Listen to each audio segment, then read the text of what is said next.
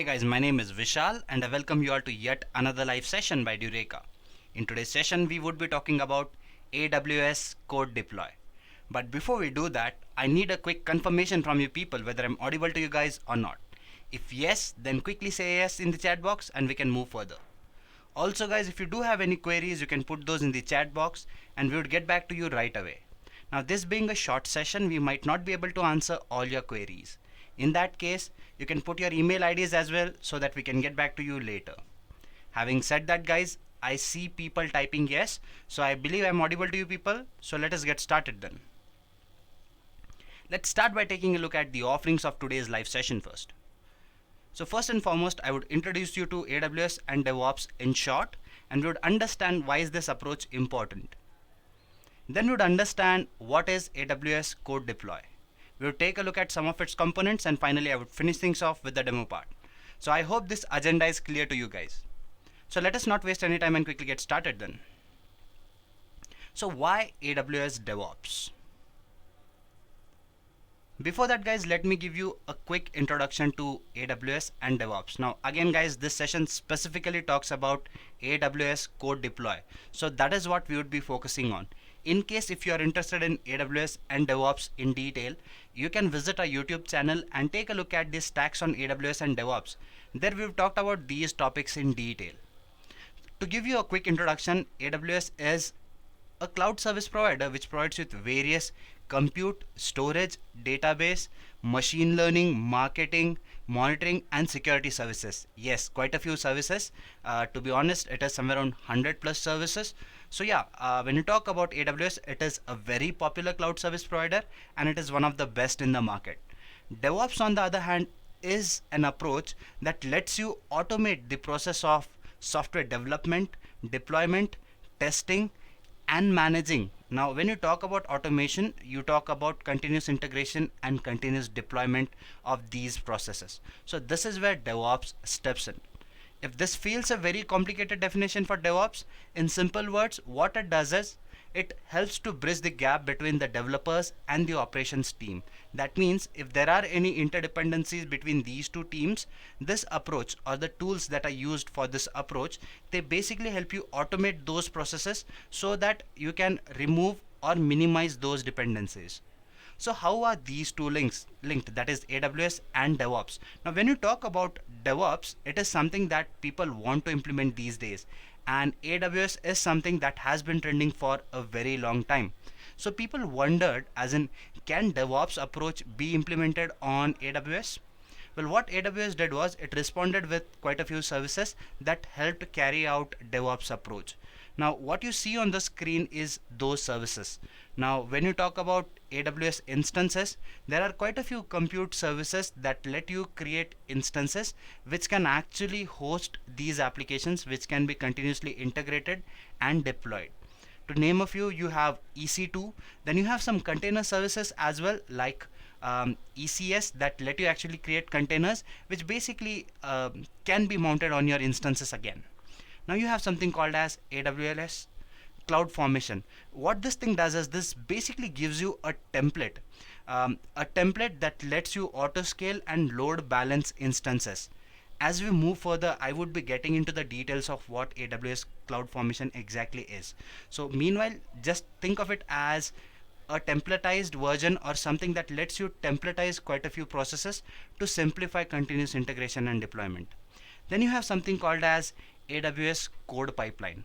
Now think of it as a literal pipeline which actually lets you automate the process of code development, code testing, code build and code deployment. Yes, in case if you wish to know more about code pipeline, in my previous session I've actually talked about this topic in lot more detail. Again, you can visit our YouTube channel and you can visit our DevOps or AWS stack and you would find this video which talks about AWS pipeline and also the other components that are there in this pipeline. Then you have your AWS CloudWatch.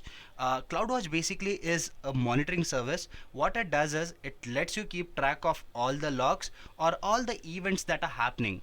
Now, how are all these services connected? When you talk about instances, these basically provide you with an infrastructure on which you can host these applications.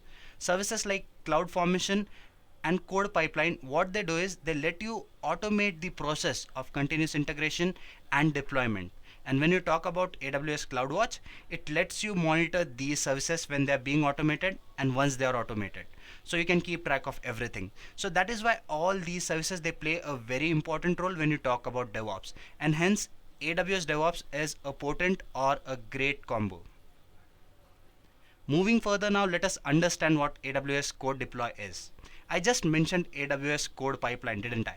So when you talk about Code Pipeline, these are the three important components it has. If you talk about code commit, it is similar to your GitHub. Basically, it is an in-house AWS repository store is what you can call it. A place where you can actually push and pull your codes, your repositories, similar to GitHub. That does not mean that on AWS you cannot actually pull and push repositories to GitHub. You can do that as well, but this is an in-house resource or a source is what you can say. So basically this is where you put and push all your code. You can pull it, you can make changes to it, and you can push it back again so that somebody else can get hold of it. Then you have something called as code build.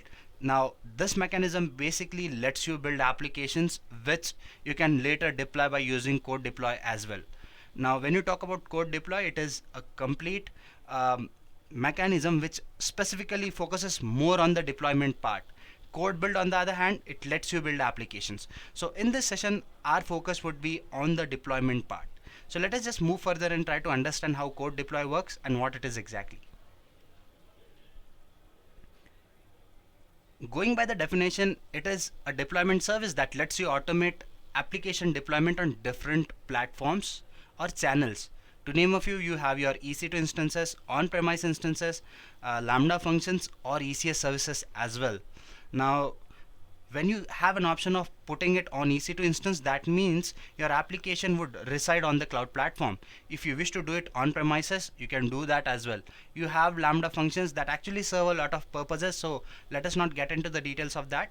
And when you talk about Amazon ECS services, it is a container service which lets you create containers that can run on basically any platform that has a container object basically on it, or an agent that lets you run containers on it. So yeah, when you talk about code deploy, it basically lets you automate the process of deploying your applications on these many platforms. Now this was about where can you actually deploy your applications. Let's try to understand what all can you deploy. You can deploy your code, serverless Lambda functions, you can deploy your web and configuration files. You can actually go ahead and deploy executables and packages as well, and even scripts and multimedia. In this session, however, we are going to go ahead and create a basic application and see how the deployment process works. In the process, I'm also going to tell you how can you do it manually. I'm going to tell you what are the stuffs that you can do so that your applications become better. This being a short session, I might not be able to cover all those things in detail, but I would definitely give you some insights as to how to do it and what all can you do with it. So guys, this is what code deploy is. This is what it deploys, and this is where it deploys these things. So let us just move further and try to explore this topic a little more. So what are the components that AWS CodeDeploy has to offer to you? So guys, when you actually go ahead and deploy an application, as we are going to do in a session, we would be coming across these terminologies. So in case if you do not understand some of these, do not worry. As we get into the demo part, probably these terms would be more clearer to you people. So just bear with me meanwhile. So guys, these are the components that we are concerned with. One is your compute platform. When I say a compute platform, I've already talked about it. You need some infrastructure where you can basically host your websites, right? In this case, your web servers, or maybe your instances, virtual machines. So you have instances like EC2, you have your container services which can do this job for you. So this is the first component which you have. Then apart from that, what you'd be doing is again, these instances that I'm talking about, you would actually go ahead and need multiple instances if required, right? I mean, at times when you host a website, you probably need more than one instances which can take care of various other stuffs like disaster recovery, application failure and stuff like that. So if you have multiple nodes, that serves your purpose better. At times you experience more traffic as well, so load balancing is required, because if you can distribute the traffic at different nodes, that helps you reduce the pressure on one particular node. So this is where understanding what do you need to deploy, how do you need to deploy, and how do you actually group these things, it becomes a very important point. Again, as I move further, I would be talking about the types and the groups as well. Then you have something called as IAM and service roles. When I say IAM, it is identity and access management roles. So basically what happens here is, since I'm deploying my application on a particular node, I'm probably giving a particular service certain access, right? I mean, even the people who wish to do it, they need certain access. So your IAM rules basically specify these things, as in who gets how much access. And then you have your service roles, which tells your applications what to do and how to do it. So that we've talked about what compute platform is, what deployment types and groups are, what IAM and service roles are. Our next task is to talk about applications. Yes, we would be hosting applications, right? So we need to understand what kind of applications we host, and apart from that we also need to understand what all stuff goes in when you host an application. So let's try to understand that as well. So guys, let's first try to understand how code deploy works, and while doing that I would also answer the question of applications. So basically when you talk about applications, so this is the first block that represents your applications here. So it is nothing but a piece of code which might have certain scripts, which might have certain functionalities based on a particular programming language, particular platform. So you have that piece of code. So that piece of code, it would come in multiple revisions if required, because we are talking about continuous integration and deployment. To give you an example, suppose if there is a software development process, there is not one person working on that software. At times you might have multiple people working on it, and you might have multiple releases of a particular piece of code. So this particular piece of code is called as revision, and if you have multiple copies of it, you would have multiple revisions. So these revisions, they actually are your applications which you host on a particular platform, where you deploy it on a particular platform. So that particular platform is the third block here, which is nothing but your instances. Now these instances, they are they probably can be located by your applications, or by your deployment configuration, by maybe a key value pair, or probably by the details that are pointed by your auto scaling group. So yes, now we know what are our applications, that is what we want to deploy, and we also know where should we deploy it.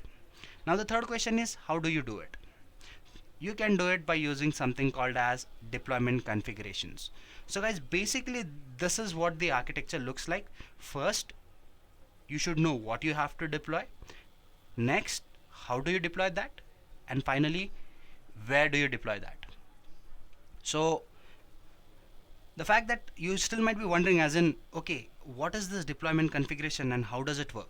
So basically when you actually go ahead and deploy your application, along with the application you have a piece of code called as, with an extension called as YML.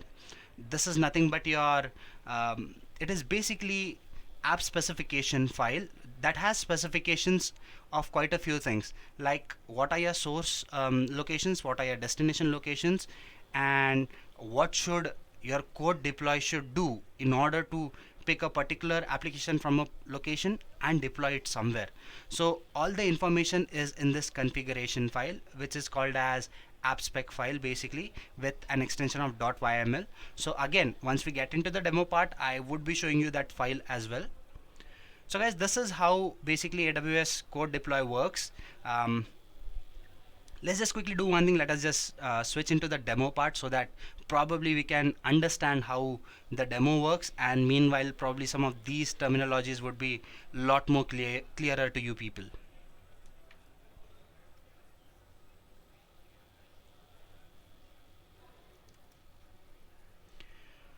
So guys, this is how the AWS console looks like. So again, if you are completely new to AWS, you can actually go ahead and create an AWS free tier account. All you have to do is visit AWS website, or just type AWS free tier in your browser, and you would be redirected to AWS free tier page. There you have to put in certain details like why do you want to use this account, um, as in where do you belong to and what is your exact purpose, and then you'd have to go ahead and give in your credit card or debit card details. Do not worry, AWS does not charge you without your consent, but this is for the security purpose because certain services would be made available to you and some of them would be costlier. Now when I say it's a free tier account, most of the services are made available to you for free with certain limits. So if your purpose is practicing, definitely your learning curve or your practicing purpose would be served here, and the applications and the limits given to you would also serve the purpose of learning. So do not worry, if your purpose is learning, definitely the free tier limit is sufficient for you. And in case if you feel you wish to use certain services to a greater extent, you can always set in alarms that tells you, as in, okay, this is the limit that you've reached, and if you breach this limit you would be charged. So if you're worried about giving in your credit card or debit card details, do not worry, just give in those details, sign up, and you'd be having this free tier account for your usage. Having said that, guys, now the fact that we are into the console, let us just go ahead and see what we can do with AWS CodeDeploy. During the theory part or during the explanation part, I've already talked about a lot, as in what code deploy is, what it can do, and what are the purposes it serves. So probably there's not much to talk about the object statement or the problem statement. In simple words, we are going to go ahead and create a sample application. We are gonna create 3 instances and probably deploy this application on those instances. As simple as that. For that, we are going to use code deploy service. So guys, this is the service. Now in this console you can type the name of the service and that service would be made available to you. If you've recently used that service, it would be available in the recently searched tab as well. So I've just clicked on this icon and I would be redirected to the code deploy service page. Now again guys, this is the old console.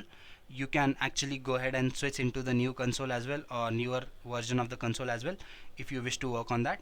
I feel more comfortable with this part or this console, so I'm gonna stick to it.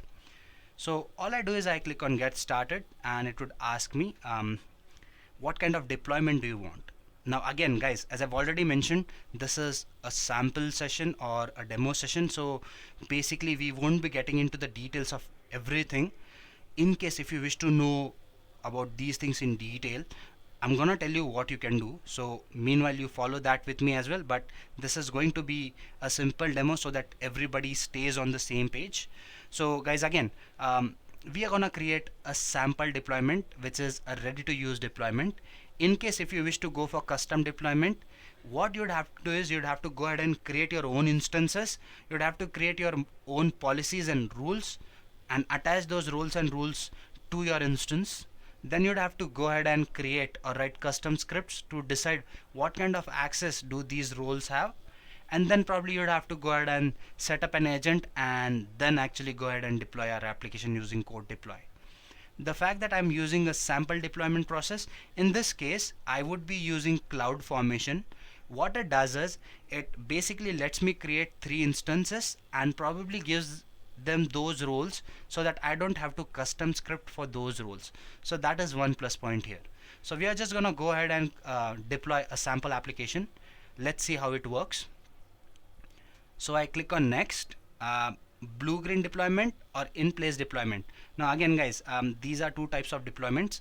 When you say blue-green deployment, it first creates 3 instances, puts my application on top of that, then the latest version of it is basically moved to another new 3 instances that are created, and then these 3 instances that were first used, you can actually detach those instances if you want, or get rid of those instances. When you talk about in-place deployment, basically the instances which are first created, that is where you actually deploy your applications.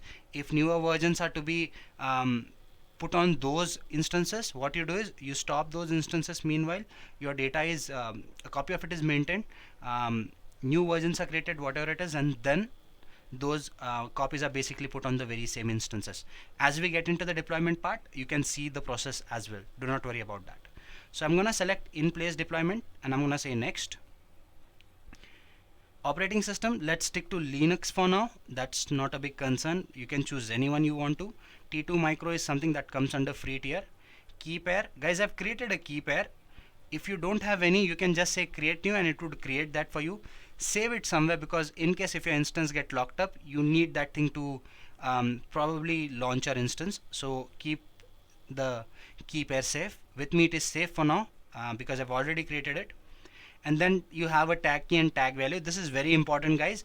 Using this, my code deploy would know which instances to keep track of. I mean, where to deploy these applications. That is why the tag key and value is important.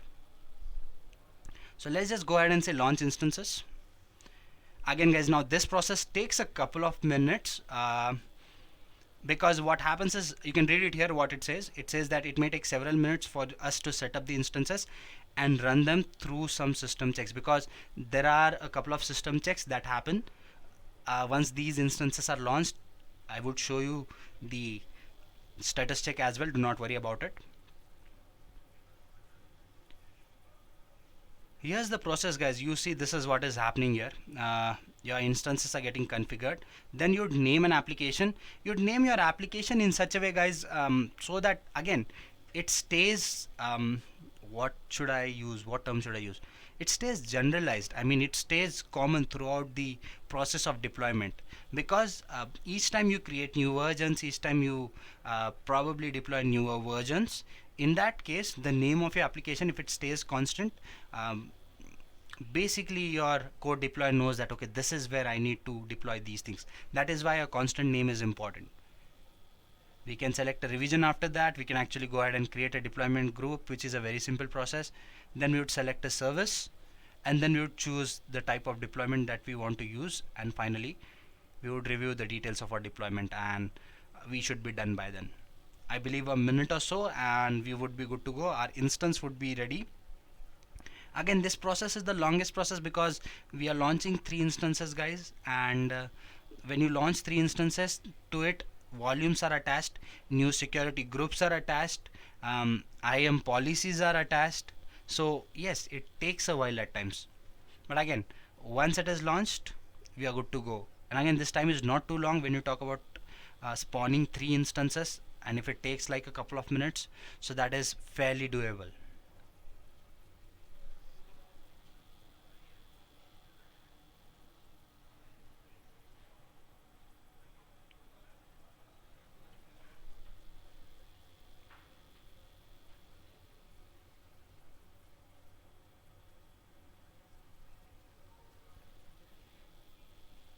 Okay, meanwhile this happens, guys, an important point I would like to bring to your notice is, if you like this session and probably if you are interested in such sessions, we would be having a webinar, not a live session, a webinar on Tuesday that specifically talks about AI versus deep learning versus machine learning.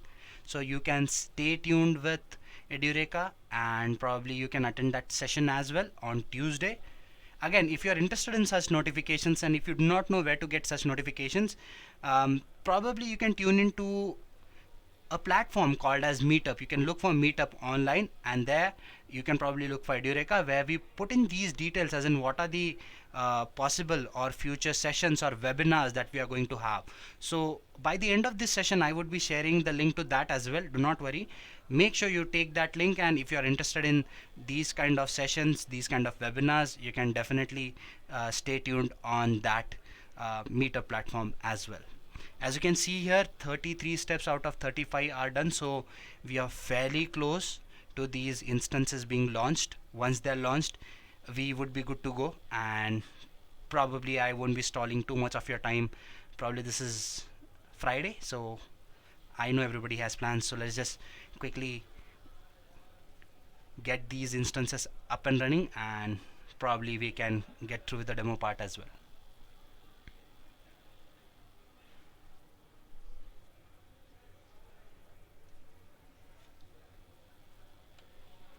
So one more thing, guys, again, if in case if you already have your instances, you have all these things ready, you can always go to the custom part and you can select your instances, and you can go ahead and put in these details as in the instances that you're using, and you'd be good to go. So our instances are ready now, guys, so let us just go ahead and say next. Demo application is the by default name. Let that be the name to be used. And this is the important part, guys. So this is where the copy of the data that we would be using is stored. I mean, my files and my script files, my HTML files, my AppSec file, spec file, which I just talked about in the configuration part, that is stored here. So we would be using this file or this path basically. So let it stay here for now. So again, guys, this is the revision type. I'm using an application that basically works on my Linux instances. This is the location where the revision would be stored. You can download the bundle here and here, or you can do it later as well, as I've already mentioned. And if you wish to check whether your application is running or not, you would be using this link. So let's just say next for now. Create a deployment group. Let it be called demo fleet for now. And this is the key pair value, or the key value pair, which basically my code deploy would be using to track or keep track of all the instances that I've created. Total matching instances are 3 here for now. So let's just say next. Service role, use an existing one if you have one. If not, you can create new. Let's just say I would be using the existing one. Let's see whether it works properly or not. And guys, this is the important part. How do I want to deploy my applications? Do I want to deploy them one by one? Do I want to deploy them half at a time or all at once? When I say one at a time, it means it would deploy first application. It would deploy the application to the first instance, second instance, and third instance one by one. And even if one of the instances fails, it would actually go ahead and declare that the deployment has failed. So this is more secured. All have to succeed. Half at a time, at least 2 of the instances should be running. And all at once, here it would deploy all the applications, or it would deploy the applications for all the instances in one go. And even if 2 of them fail, it would still declare it as deployment succeeded. So let's just stick to the first one. And let's just say next. This is where you'd get all the details, as in what has happened and what not. You can review or revision all these things, but we've done this like a minute back. So let's just say deploy. And you can see the deployment progress here, guys.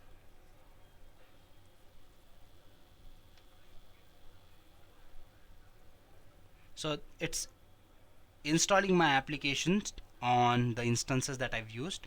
I can view the instances if I want.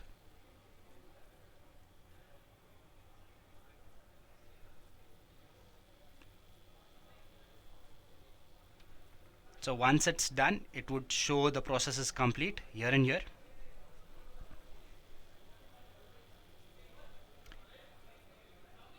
There you go, guys. It's almost done.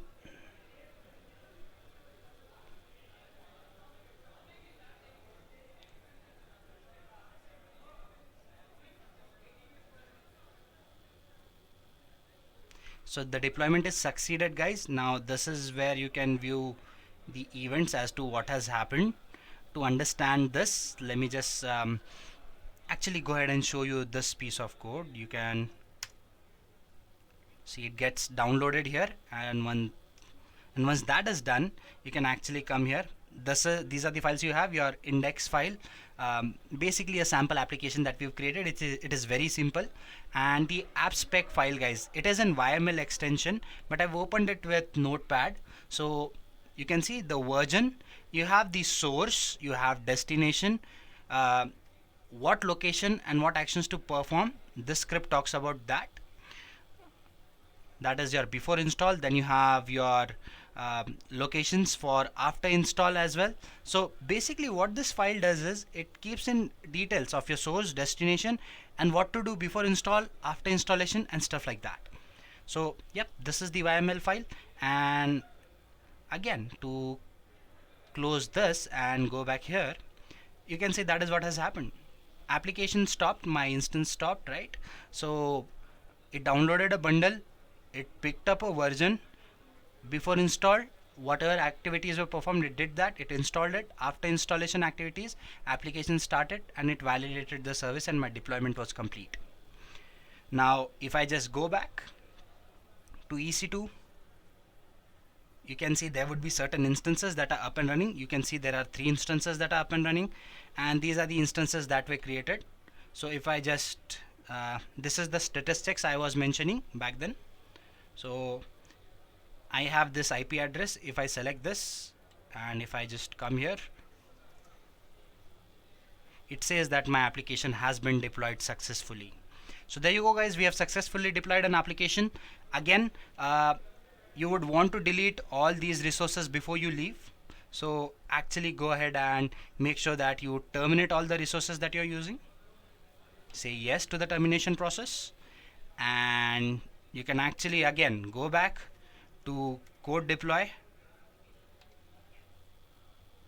and the application that was up and running, you can just click on that, open it, scroll down and say delete the application. The reason I'm doing this, guys, is because I do not want you to actually go ahead and incur any charges for your services that you've used. So okay, there you go, delete. And the last thing that you need to delete is, you go to services, you look for CloudFormation. So guys, when these 3 instances were launched, CloudFormation is something that launched those instances in the form of a stack. Now this is the stack template that does that for you. So you would want to delete that as well. So say delete stack and say yes. So it would delete the thing. So this is how you delete all the resources, and this is how you actually go ahead and deploy an application, guys. So I believe you've understood what AWS CodeDeploy is, and I hope that you've actually enjoyed this session. As far as this session goes, guys, I would be resting it here and here. Again, before I move further, if you're interested in sessions that Edureka has, so you'd be having a webinar on Tuesday. For the information, you can visit the meetup platform. I would be sharing the link shortly. As far as this session goes, guys, I would be resting it here and here. Thank you. Bye-bye.